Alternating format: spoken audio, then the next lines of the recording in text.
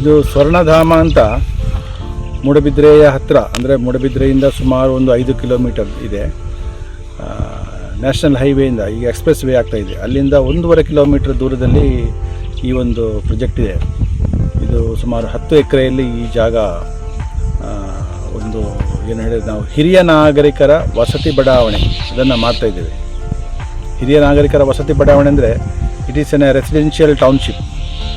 ಈ ಟೌನ್ಶಿಪ್ ಒಳಗೆ ಹಿರಿಯ ನಾಗರಿಕರಿಗೆ ಏನೆಲ್ಲ ಬೇಕು ಆ ವ್ಯವಸ್ಥೆಗಳನ್ನು, ಅಂದರೆ ಅವರಿಗೆ ಖಾಲಿ ಮನೆ ಮಾತ್ರ ಅಲ್ಲ, ಮನೆ ಎಲ್ರಿಗೂ ಎಲ್ಲ ಕಡೆ ಇರ್ತದೆ. ಆದರೆ ಇಲ್ಲಿ ವಿಶೇಷತೆ ಏನಂತ ಹೇಳಿದರೆ, ಈ ಏಜ್ ಆದಂಥ ಪೇರೆಂಟ್ಸ್ಗಳಿಗೆ ಸಾಮಾನ್ಯವಾಗಿ ಮಕ್ಕಳು ದೂರ ಇದ್ದರೆ, ಉದಾಹರಣೆಗೆ ನಾವು ಒಳ್ಳೆಯ ವಿದ್ಯಾಭ್ಯಾಸ ಕೊಟ್ಟು ಅವರಿಗೆ ಮದುವೆ ಎಲ್ಲ ಮಾಡಿಬಿಡ್ತೇವೆ. ಆಮೇಲೆ ಮಕ್ಕಳು ಫಾರಿನಿಗೆ ಹೋಗಿ ಸೆಟ್ಲಾದರೆ ವಾಪಸ್ ಬರೋದಿಲ್ಲ ಅಥವಾ ಬರಲಿಕ್ಕೆ ಆಗೋದಿಲ್ಲ. ಇಲ್ಲಿರುವಂಥ ಹಿರಿಯರಿಗೆ ಅಲ್ಲಿ ಹೋಗಲಿಕ್ಕೆ ಆಗೋದಿಲ್ಲ. ಇನ್ನು ಕೆಲವರಿಗೆ ಹೆಣ್ಣು ಮಕ್ಕಳು ಮಾತ್ರ ಇರ್ತಾರೆ, ಮದುವೆ ಮಾಡಿ ಕೊಟ್ಟಿರ್ತಾರೆ, ಅವರೊಟ್ಟಿಗೆ ಉಳ್ಲಿಕ್ಕೆ ಆಗೋದಿಲ್ಲ. ಹಾಗಾಗಿ ಏಜ್ ಆಗುವಾಗ ಅವರಿಗೆ ನೋಡಿಕೊಳ್ಳಿಕ್ಕೆ ಸರಿಯಾದ ವ್ಯವಸ್ಥೆ ಇಲ್ಲ ಅಂತ ಆದರೆ ಅಂಥವರಿಗೆ ಇಲ್ಲಿ ಅವರಿಗೆ ಅವರದ್ದೇ ಸ್ವಂತ ಜಾಗ, ಅವರದ್ದೇ ಮನೆ, ಅವರಿಗೆ ಎಷ್ಟು ಬೇಕೋ ಅಷ್ಟು ಸಿಂಗಲ್ ಬೆಡ್ರೂಮು ಅಥವಾ 2 ಬೆಡ್ರೂಮ್ ಮನೆಗಳು. ಆಮೇಲೆ ಅವರಿಗೆ ಬೇಕಾದಂಥ ಆಹಾರ, ದಿನದ 3 ಹೊತ್ತು ಅವರಿಗೆ ಊಟೋಪಚಾರದ ವ್ಯವಸ್ಥೆ. ಇಲ್ಲಿ ನಮ್ಮದೇ ಆದ ಕಿಚನ್, ಆಮೇಲೆ ಡೈನಿಂಗ್ ಹಾಲ್ ಇರ್ತದೆ. ಸಮಯಕ್ಕೆ ಸರಿಯಾಗಿ ಬಂದು ಊಟ ಮಾಡಿಕೊಂಡು ಅವರು ಹೋಗ್ಬೋದು, ವಾಕೇಬಲ್ ಡಿಸ್ಟೆನ್ಸು. ಇನ್ನು ಆರೋಗ್ಯ ಕೆಟ್ಟರೆ ಮನೆಗೆ ನಾವು ಡೆಲಿವರಿ ಕೊಡ್ತೇವೆ, ಈ ಒಂದು ವ್ಯವಸ್ಥೆ. ಆಮೇಲೆ ಅವರ ಮೆಡಿಕಲ್ ಚೆಕಪ್ ಮಾಡಲಿಕ್ಕೆ ಡಾಕ್ಟರ್ ಕ್ಲಿನಿಕ್, ಟೈಮ್ ಪಾಸಿಗೆ ಅವರಿಗೆ ಓದಲಿಕ್ಕೆ library, reading room, indoor games ಆಟ ಆಡಲಿಕ್ಕೆ ಅವರಿಗೆ ಕ್ಯಾರಮು, ಚೆಸ್ಸು ಇಂಥದ್ದು. ಆಮೇಲೆ ಸುತ್ತಮುತ್ತ ಎಲ್ಲ ಅದೇ ಏಜ್ನ ಗ್ರೂಪಿನವ್ರು ಇರ್ತಾರೆ, ಹಾಗಾಗಿ ಟೈಮ್ ಪಾಸಿಗೆ ತುಂಬ ಸುಲಭ.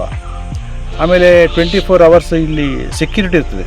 ಅಂದರೆ ನಾವು full compounded with security guard and CC camera coverage.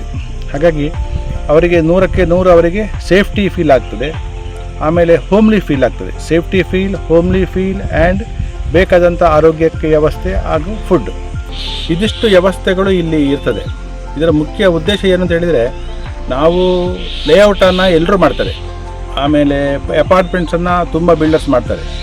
ಇಲ್ಲಿ ಸ್ಪೆಷಾಲಿಟಿ ಏನಂತ ಹೇಳಿದರೆ, ನಾವು ಕೊಡುವಾಗ ಅವರಿಗೆ ಒಂದು ವ್ಯಾಲ್ಯೂ ಇರಬೇಕು, ನಾಳೆ ಅವರಿಗೆ ರೀಸೇಲ್ ಮಾಡಲಿಕ್ಕೂ ಆಗಬೇಕು. ರೀಸೇಲ್ ಅಂತ ಹೇಳಿದರೆ, ಒಂದು ಸಮಯ ಅವರಿಗೆ ಅವರ ನಂತರಕ್ಕೆ ಅದು ಬೇಡ ಅಂತಿದ್ದರೆ ಅವರು ಅದನ್ನು ಮಾರಾಟ ಮಾಡಲಿಕ್ಕೆ ನಾವೇ ಬೈಬ್ಯಾಕ್ ಮಾಡ್ತೇವೆ.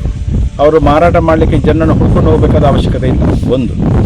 ಅಥವಾ ಅವರಿಗೆ ಇಲ್ಲಿ ಒಂದು 4-5 ವರ್ಷ ಉಳಿದ ಮೇಲೆ ನನಗಿದು ಬೇಡ, ನಾನು ಮಗನೊಟ್ಟಿಗೆ ಇರ್ತೇನೆ ಅಥವಾ ಮಗಳೊಟ್ಟಿಗೆ ಇರ್ತೇನೆ, ಆ ಫೀಲ್ ಬಂದರೆ ಅವರು ಇದನ್ನು ಬಾಡಿಗೆ ಕೊಡ್ಬೋದು, ಮಾರಾಟನ ಮಾಡ್ಬೋದು, ಅವರು ಸ್ವಂತಕ್ಕೆ ಉಳಿಬೋದು.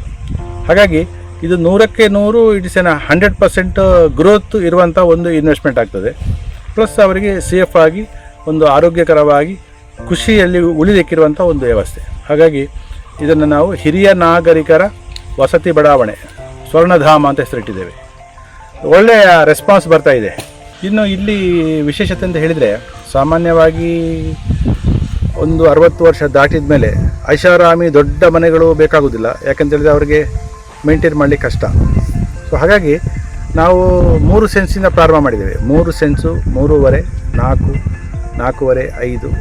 ಕೆಲವರಿಗೆ ದೊಡ್ಡದು ಬೇಕು, ನನಗೆ ಸುತ್ತಮುತ್ತ ಸ್ವಲ್ಪ ಗಿಡ ಹಾಕಬೇಕು, ಸ್ವಲ್ಪ ಕಿಚನ್ ಗಾರ್ಡನ್ ಮಾಡಬೇಕು, ಈ ರೀತಿಯೆಲ್ಲ ಇದ್ದರೆ 6 ಸೆನ್ಸು 8 ಸೆನ್ಸು ಪ್ಲಾಟ್ಗಳು ಇದ್ದಾವೆ. ಆದರೆ ಹೆಚ್ಚಿನ ಪ್ಲಾಟ್ಗಳು 4 ಸೆನ್ಸು ಹಾಗೂ 4.5 ಸೆನ್ಸು ಪ್ಲಾಟ್ಗಳಿದ್ದಾವೆ. ಅದನ್ನು ನಾವು ಅತ್ಯಂತ ಕಾಂಪಿಟೇಟಿವ್ ದರ, ಅಂದರೆ ಜನರಿಗೆ ಅದು ಸೀನಿಯರ್ ಸಿಟಿಸನ್ಗೆ ಭಾರ ಆಗಬಾರ್ದು.